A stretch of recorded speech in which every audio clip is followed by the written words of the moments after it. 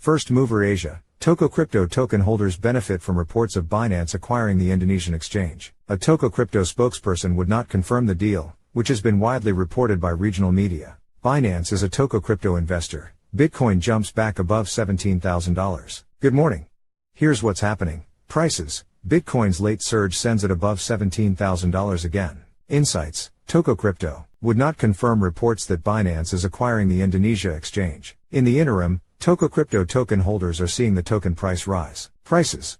Bitcoin returns above $17,000 after late surge by James Rubin. Bitcoin ignored concerns about inflation, a cratering economy and the latest crypto woes, rising 2.3% over the previous 24 hours after a late Thursday surge. The largest cryptocurrency by market capitalization was recently trading above $17,230, its highest point since early Monday. BTC subsequently struggled to clear the $17,000 support it has held for much of the previous 10 days as fearful investors return to risk-averse crouches. Crypto markets have been fearful of events within the industry and beyond that might send prices tumbling to lower levels. It's going to be a bit slower growth pattern, J.J. Kinahan, CEO of online trading firm IG North America told CoinDesk TV's First Mover program, although he added that he sensed new money wanting to get into the market, saying that investors were over a crisis of confidence. Kinahan added that for the remainder of the year, he will be watching if investors return to crypto or if people say, hey, I'm gonna regroup, wait till 2023 and reinvest at that time, which is a behavior pattern we often see in other asset classes. Ether was recently changing hands at just below its most recent $1,300 support, a more than 4.5% gain from Wednesday, same time. The second largest crypto in market value rose after Ethereum developers determined that the network's next hard fork, called Shanghai, will have a target release time frame of March 2023. The March fork and a second one in the fall will give developers time to focus on technical issues and alleviate stress for individuals who have their ETH, and any accrued rewards, locked in the Beacon chain staking smart contract. Crypto news has been anything but straightforward this year, though. Earlier in the day, CoinDesk analyst Omkar Godbole wrote that an ETH bear market was likely to intensify after dipping below pivotal support. ETH fell 17% last month, breaching an ascending trend line connecting June and October lows. Later Thursday, CoinDesk also reported that shares of the world's largest Bitcoin fund, Grayscale Bitcoin Trust, GBTC, hit a record high discount rate of nearly 50% relative to the price of Bitcoin. The fact that Grayscale's Bitcoin Trust is now trading at nearly 50% discount is just awful for holders of GBTC. It really highlights the vast differences in structure quality between different investment vehicles, Bradley Duke, co-CEO at Etc. Group,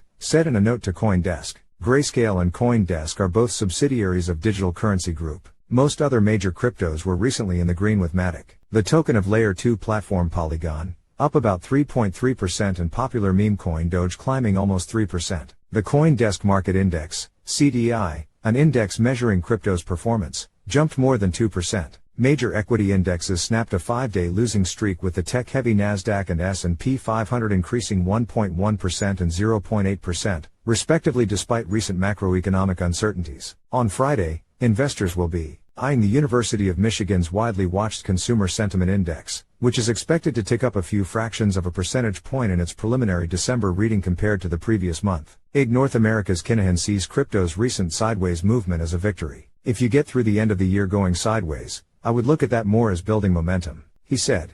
If you're long right now, you're saying to yourself, can we just stay in 1% to 3% of the levels we're at right now because that's building a base that will be longer-term confidence.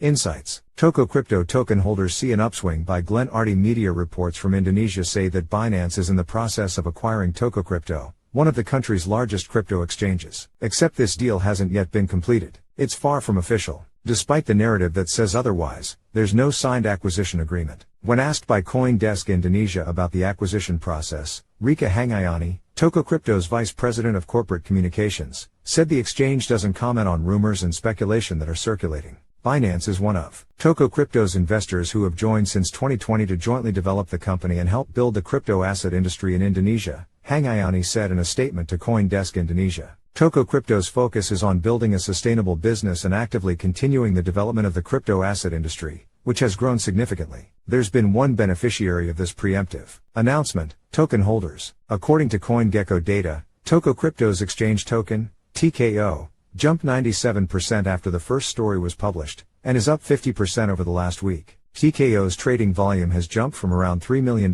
pre-story to around $67 million as of December 8. Binance acquiring Tokocrypto would make a lot of sense. Indonesia has 16.3 million crypto users registered with its national Know Your Customer system, and a population of 280.7 million. As of August 2020, the country reportedly has more crypto investors than stock market traders. Meanwhile, Tokocrypto has had a rough crypto winter. In the past month, the exchange has laid off 20% of its employees and has begun separating out its business units, such as T-Hub, a crypto lounge community in Bali, and Toko Mall, a non-fungible token marketplace, into separate entities and will likely spin them off to raise cash. A Binance acquisition would be the perfect opportunity for the struggling exchange. It's not that the deal will never happen, it's just not official yet. But somebody has already made a tidy profit on the rumor. Glenn Arty is CoinDesk Indonesia's managing director. Important events.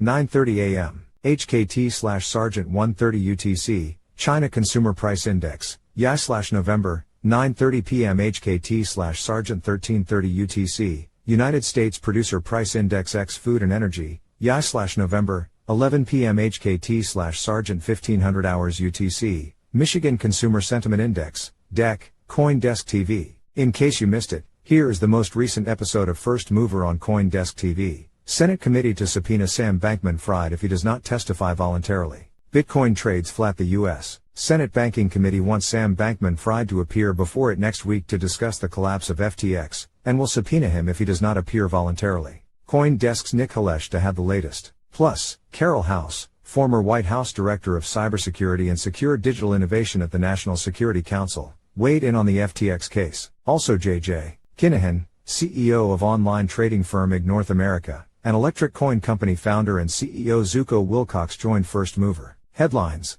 Ethereum developers target March 2023 for release of staked Ether. Staked ETH withdrawals are coming in the spring, while proto-danksharding will follow in the subsequent hard fork in the fall. Grayscale Bitcoin Trust discount widens to record high near 50%. The shares have not traded at a premium to Bitcoin since March 2021. PayPal expands crypto service into Luxembourg in first EU foray. The move follows the initial rollout of the crypto service in the US in 2020, followed by an expansion to the UK last year. Some central banks reportedly looking to issue a CBDC within 10 years. Generally, 35% of central banks were more inclined to issue a CBDC despite recent events in crypto, the official Monetary and Financial Institutions Forum said in a report surveying 18 entities. FTX bankruptcy managers hire forensic investigators. AlixPartners, Wall Street Journal. The team, led by former SEC accountant Matt Jacques, is tasked with tracking the billions of dollars missing from FTX.